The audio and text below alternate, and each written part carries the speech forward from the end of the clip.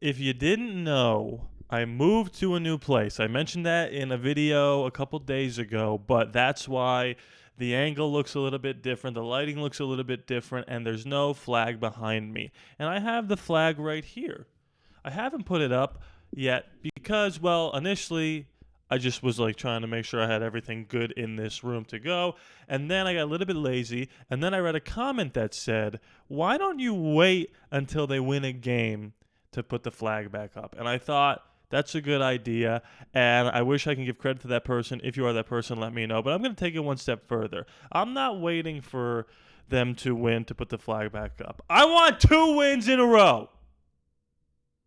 I don't care about 1 win. You beat Jacksonville, then you beat Denver on Thursday, and then the flag gets put back up. But for now, it goes on the ground. You win 2 games straight, back behind me. With that being said, I think they are going to win this game on Sunday. Now, I look. I have to be honest. Coming off a bye week, getting healthier, Brock Bowers, Ashton Genty, Tyler Lockett. I know, that doesn't really matter much to me, the whole Tyler Lockett of it all. Jacoby Myers may be still on this roster, and a Jacksonville team that just is nothing. I hate to say it, but they're nothing. I mean, we're less than nothing, no doubt about it. But I think they know what's at stake. They, being the Raiders, know what's at stake. And the season is basically it here. If you find a way to bounce back after a tough first quarter and a half of the season, coming off a bye where you're getting everybody healthy, this is the time to do it. And stranger things have happened. Teams have come back and changed, their losing ways in the midst of a season to make the playoffs. If you remember correctly, the year that we made the playoffs with Bisaccia, we were 6-7. We had to go on a crazy run to get in. We barely beat the Browns, and then we barely beat the Broncos, and then we barely beat the Colts, and then we barely beat the Chargers. And before that 4-game winning streak, we went into Kansas City, and I think we lost like 40-10. Something really bad. And that was with Derek Carr and Josh Jacobs. So if there's any light at the end of the tunnel for this season, it has to come this week, and I think they know it's at stake. And I'm going to get in depth as to why I think we have a chance in this game. But it doesn't matter if we win. I'm not putting that flag back up just yet. I just want to make sure. Okay, yep, I have to start Tua tonight. Not great, but it is what it is. I need to tell you about Chomps, though, real fast before we get into the video.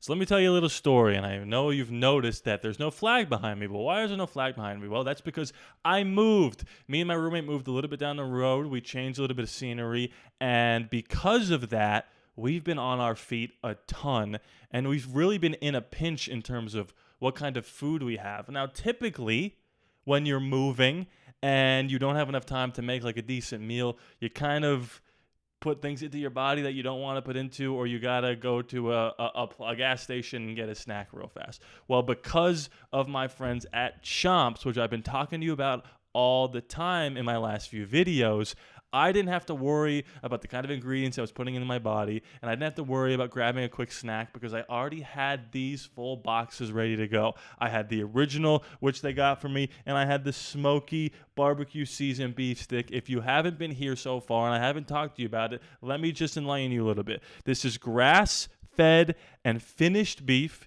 10 grams of protein, 100 calories per serving, and is a zero sugar snack. This is everything you could ask for if you're an athlete, if you work in construction, if you are in an office and don't want to leave your editing bay while you're making a YouTube video. This is the best snack for you. Shout out to Chomps. Okay, shout out to Chomps. Shout out to all you guys for using the sponsors. It keeps them coming back, and it obviously helps the channel out tremendously.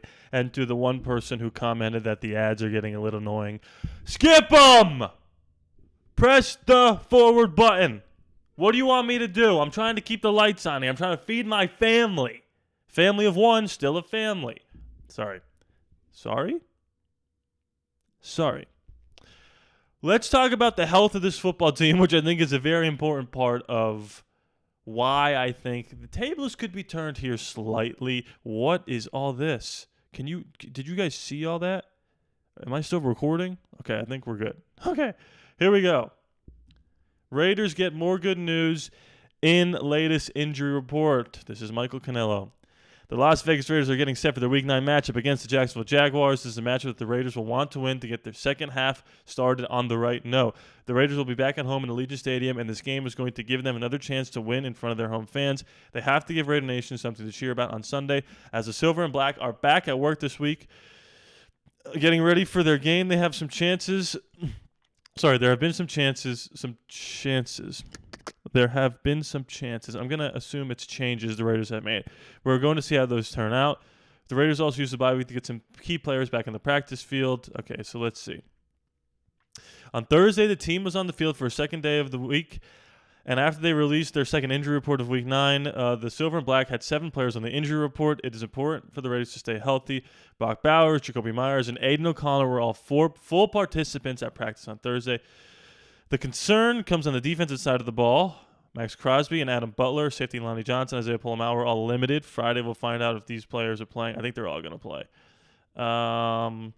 Really looking forward to coming home and playing in front of our fans. Yada, yada, yada. Okay, so I've said for the longest time, and it's pretty obvious, the only good game that Geno played all year was Week 1 against New England. And Brock Bowers was a huge piece of that. And you have to understand something about how football in particular works. It works in a lot of sports, but in football in particular, this is the key to a sustainable offense. If you have a focal point, right? For example, if the Colts lost Jonathan Taylor, they would not be, after 1 week, they would not be 8-1 right now. If the Chiefs lost Rashee Rice and Xavier Worthy right in the beginning of the season, they might lose a couple games, which they did. And those are good football teams. You can't expect an average to bad football team like us to lose Brock Bowers and for the offense to just keep chugging along. Now, has it looked even good or average? No, it's looked terrible. But any puncher's chance that we have will be with Brock Bowers as the focal point, because now the whole defense has to game plan around one man that can single-handedly ruin your night. And Jacksonville, your defense, is pretty good at taking the ball away. But it's not like a sustainably good defense. It's just boom or bust. I'm hiccuping badly. Not a good time to be hiccuping when you're recording a video to put on the internet. Now with Brock back and Jacoby back, assuming he's still, of course, on the roster, you've got your full arsenal. You've got Michael Mayer. You've got your 2 tight end sets. You've got, a healthier offensive line, except for Colton Miller. It's obviously going to be Stone Forsythe again. You potentially get Lonnie Johnson back in the secondary, which means you could play you could play Jeremy Chin up at the line more, which is what they wanted to do in the beginning of the season. But Lonnie Johnson goes down, and now you got to kind of play a more traditional safety. It just comes down to, like I've been saying this whole time, Geno Smith. I hope he took this bye week to understand the importance of protecting the football. But here's the thing, Geno. If you protect the football and we lose, they're still going to roast you for it, and maybe rightfully so. So here, Geno, if this somehow finds your desk, here's what I want you to do. Play like it's your last game, bro. Take deep shots. Throw the balls you want to throw. Make the right read, but be aggressive. I don't want you to turn into Alex Smith. I don't want you to be dink and dunk down the field. That's not what Raider fans want to see. And if you throw a couple more picks, then you went pumpkin mode and you had a nice little run. But it is what it is. Go out there with Brock Bowers and Jacoby Myers and Trey Tucker, your big 3, back in action, and let it freaking rip. It's time. Chip Kelly, get him under center, pound the rock with Ashton Genty, play action pass. Because if you win this game and get to 3-5, then you've got a divisional game. Is it in Denver or is it in Las Vegas? I'm looking right now. I'm pulling it up. Raiders schedule. I know it's Thursday. It's in Denver. But here's the thing. A short week is always favoring the underdog. Because if you give the better team more time to prepare, obviously they're going to be more prepared than you because they're a better team. Now, Denver doesn't scare me, but no team really scares me, meaning that, we're probably not a very good football team. So it's not about being scared. It's about how do we win this football game. Denver plays Houston. So they're going to get beat up in that game. That's going to be a tough game for both teams. And then they got us on a short week. If you find a way to win this game, and then you got a weird divisional game against the Denver Broncos. After that, you got the Cowboys, who obviously their offense is incredible, but their defense is quite opposite. And then the Browns. And then you got the Chargers and the Broncos again. Coming off a bye. Pete Carroll off a bye. If you do a quick Google search, not great. But this is the time.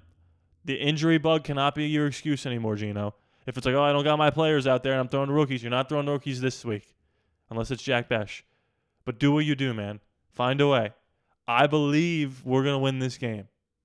Do I believe we're a good team? No. We're good. About how I think Gino's going to play on Sunday. I expect him to play poorly. Are those the words I'm going to eat? I hope so. But am I crazy? What do you guys think? Join the Discord. It's in the description below. It's completely free. Shout out to my $5 and $10 patrons. I'm going to announce that $100 winner probably on Sunday. Shout out to my YouTube members. Thank you so much for watching. Hit that like button, comment away, and please be sure to subscribe. It's free after I'm going to charge to you. I love you guys. I'll see you next time.